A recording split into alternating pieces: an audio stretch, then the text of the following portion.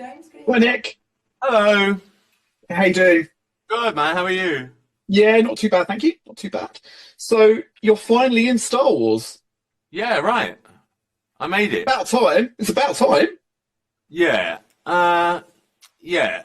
I mean, I just have if I enjoy watching something and it being part of my life, I'm happy to not be in it because I always think I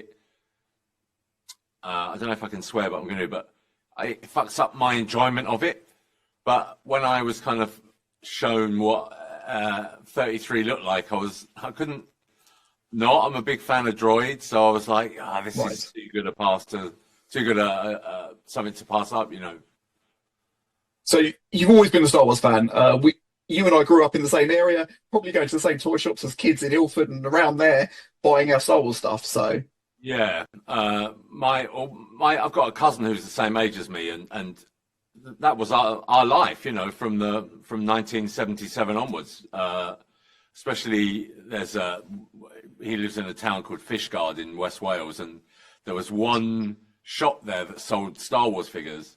So that was Saturday. My auntie Sandra would take me and my cousin, and we'd be allowed a figure each, you know, and it was our life for years and years, you know. no, absolutely. And in terms of so how did they approach you? Because when we spoke to John and Chris, they said that they always had you in mind for this character.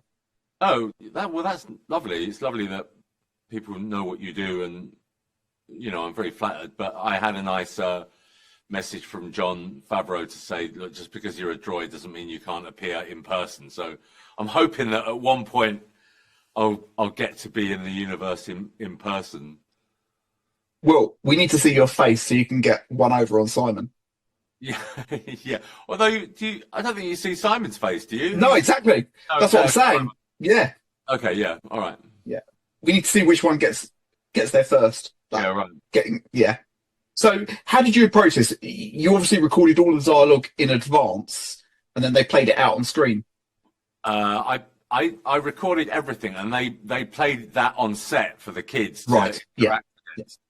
And then, I mean, honestly, I think we've been doing this for about 2 or 3 years. So it's every 6 months, 8 months, they'll be like, okay, so now we've honed this now, so let's try this. And I think I don't know. I think I'd be expectant in terms of process that they'd come in and say, so here's the dialogue. This is how we want you to say it, and then you do it.